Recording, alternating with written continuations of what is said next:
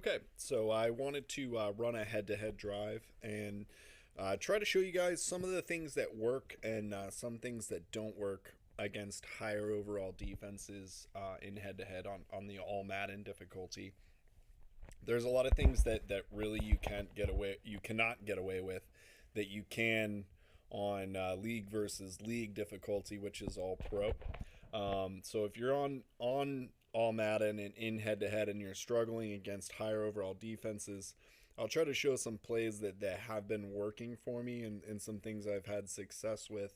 Um, and I'm gonna show you against this guy here. He's got a 105 defense. I'm running a 102 offense, so not much of a differential. I'm -3. But he does have a good team and a good game plan.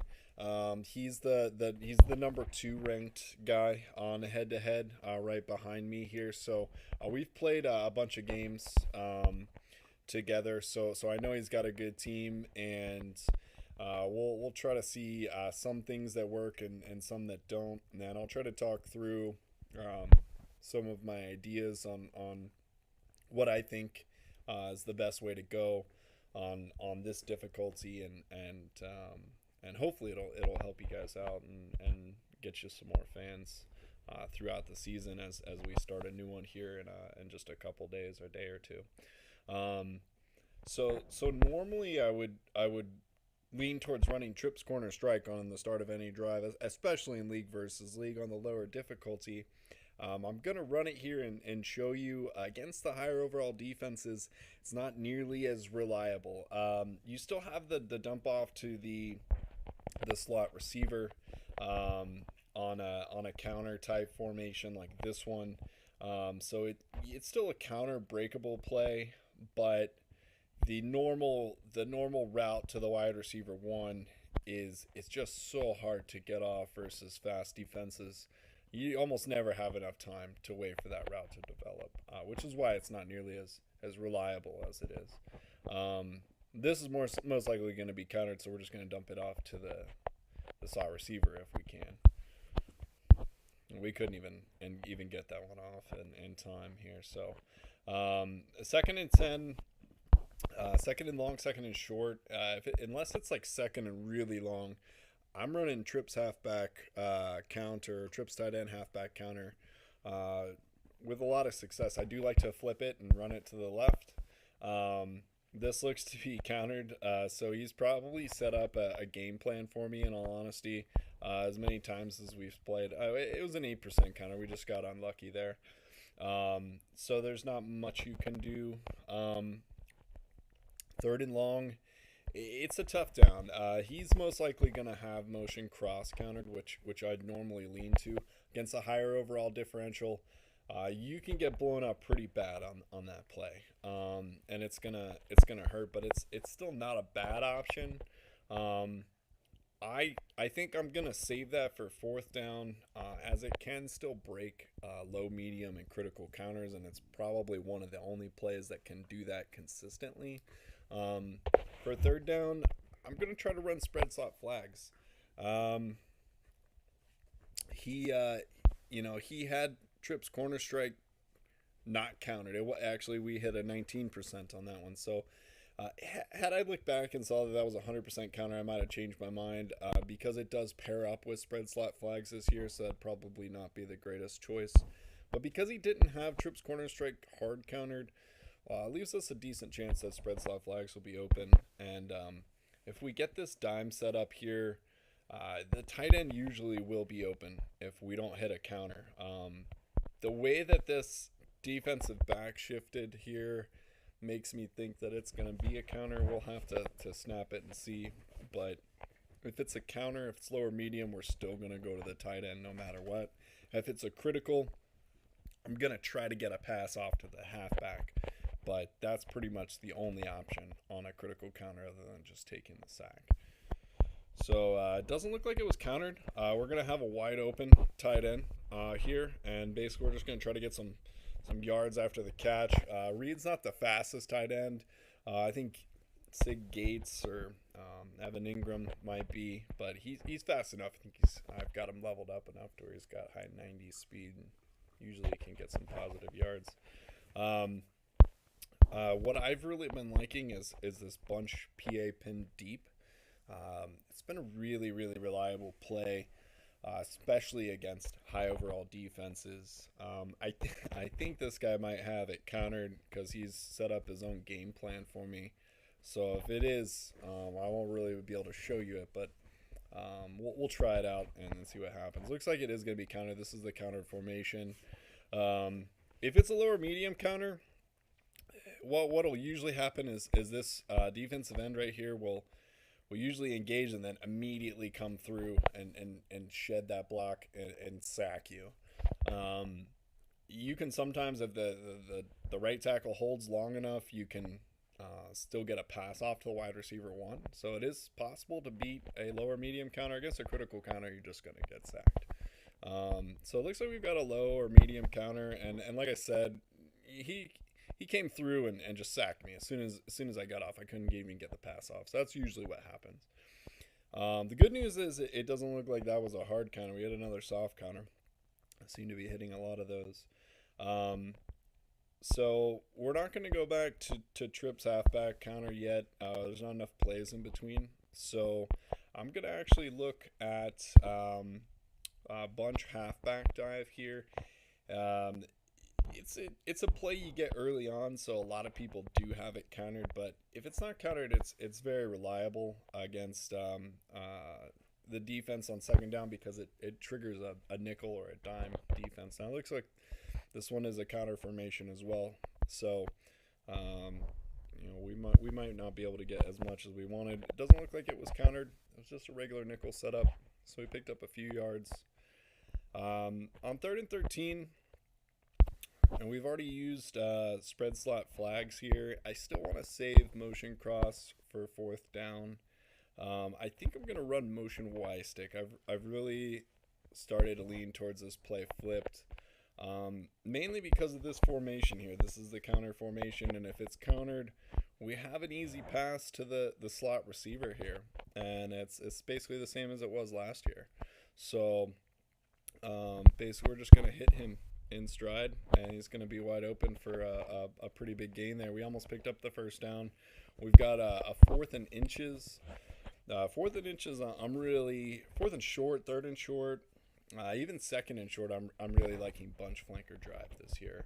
The halfback wheel route is extremely reliable. The halfbacks aren't dropping the passes like they were last year on those routes. Depending on when you threw it to them last year, they would just drop it immediately. They're pretty much hanging on to everything if they're open this year on those routes. And there are a lot of blown coverages as well. We've got a counter formation here, but it doesn't necessarily mean it's going to be countered. It could also just be a man coverage. If that's the case, if it's not countered, we can scramble up the middle for the first down. If it is countered, we can try to get a pass off to the halfback or to the wide receiver one. I'm just going to hold up on the joystick and test to see if it's countered right after the snap to take a look here. Looks like it is countered. I'm going to try to hit the halfback for a couple yards, and we get enough for the first down. You do have to be careful. Another low percentage counter. You have to be careful on the counter throw to the halfback because sometimes that defensive back will get over there in a hurry and it can be picked off. So you kind of have to play that one by ear, but luckily we got enough for the first down there. So we're back to 1st and 10. I'm gonna take a look and see what type of plays we have available. So I'm going to go ahead and run another play I've really been liking, strong IPA slide.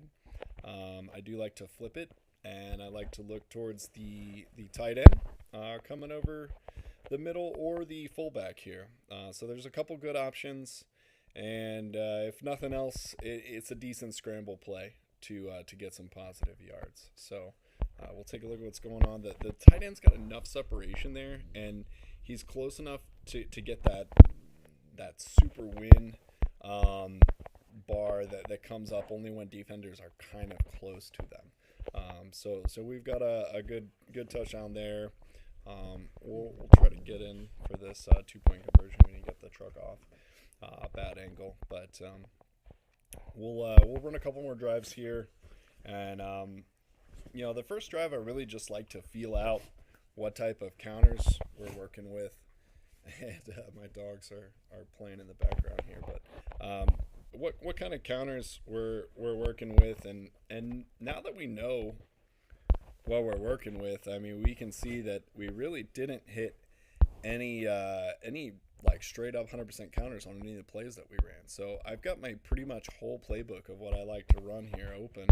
Um, there's always the possibility to get live countered, and head to head it is possible. It's just not as common with the way that they've set it up this year. So I'm going to go right into bunch PA pin deep, see if I can show some different coverages. This is going to be a man coverage, and hopefully the tight end will get some separation from the defensive back covering him. It looks like he will.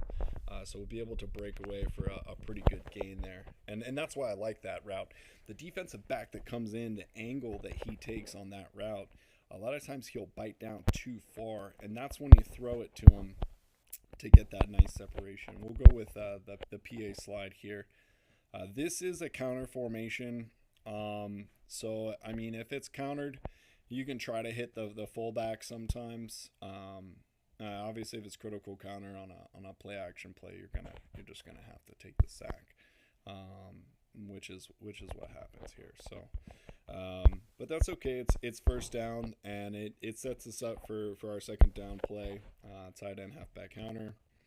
Not a fan of this coverage of it. It's dime, so it's favorable for a run play, but the way that these two defensive backs are on this side, one of them usually escapes the block from the offensive guard and comes around to blow the play up. So we'll either try to take it up the middle if that defensive back gets away, or hopefully we can cut it out to the left for a big gain. So it looks like our offensive guard was able to get over quick enough. So we got enough to pick up some solid yards. With 3rd and 7, I'm going in for a bunch flanker drive, and this is going to be a zone coverage. Not the greatest coverage in the world, not my favorite. It is possible that they'll leave the halfback alone. There's a blown coverage that happens where one of these defensive backs that's assigned to him is going to pick up the wide receiver. They'll double cover the wide receiver instead, and he'll be wide open. But if for whatever reason they do cover him, pretty much I'm looking towards the slot receiver, or I will sometimes just scramble and see what I can get. So it looks like they're covering the halfback. I'm just going to try to scramble for the first down, slide to avoid the fumble, and we pick up the first down here. So bunch C crossing is another great play this year. This is a perfect setup. I have to snap it quick. My battery's running out. I did get sacked. Unfortunately, that defensive end made a good move, which prevented us from being able to throw to the slot receiver. But that setup is actually perfect. If you don't have a good play by a defensive end, you can roll out to the right, and that slot receiver is going to be wide open. There's actually a blown coverage in the game that prevents him from being covered. I think he's sort of covered by a linebacker, but he's almost always wide open. We've got a 3rd and long. We've already tested spread slot flags. This is one of my favorite plays, if not countered. For previous reasons stated, is that he's just left wide open, and it's usually an easy touchdown. So, as you can see, if that play is not countered on a 3rd or 4th and long versus the dime coverage, you get a really favorable setup there. That really is a nice way to go. So, last drive, I will see if we can't get some different coverages to show you on some of these plays here, but for the most part, that's my wheelhouse on head-to-head. That's what I've been running.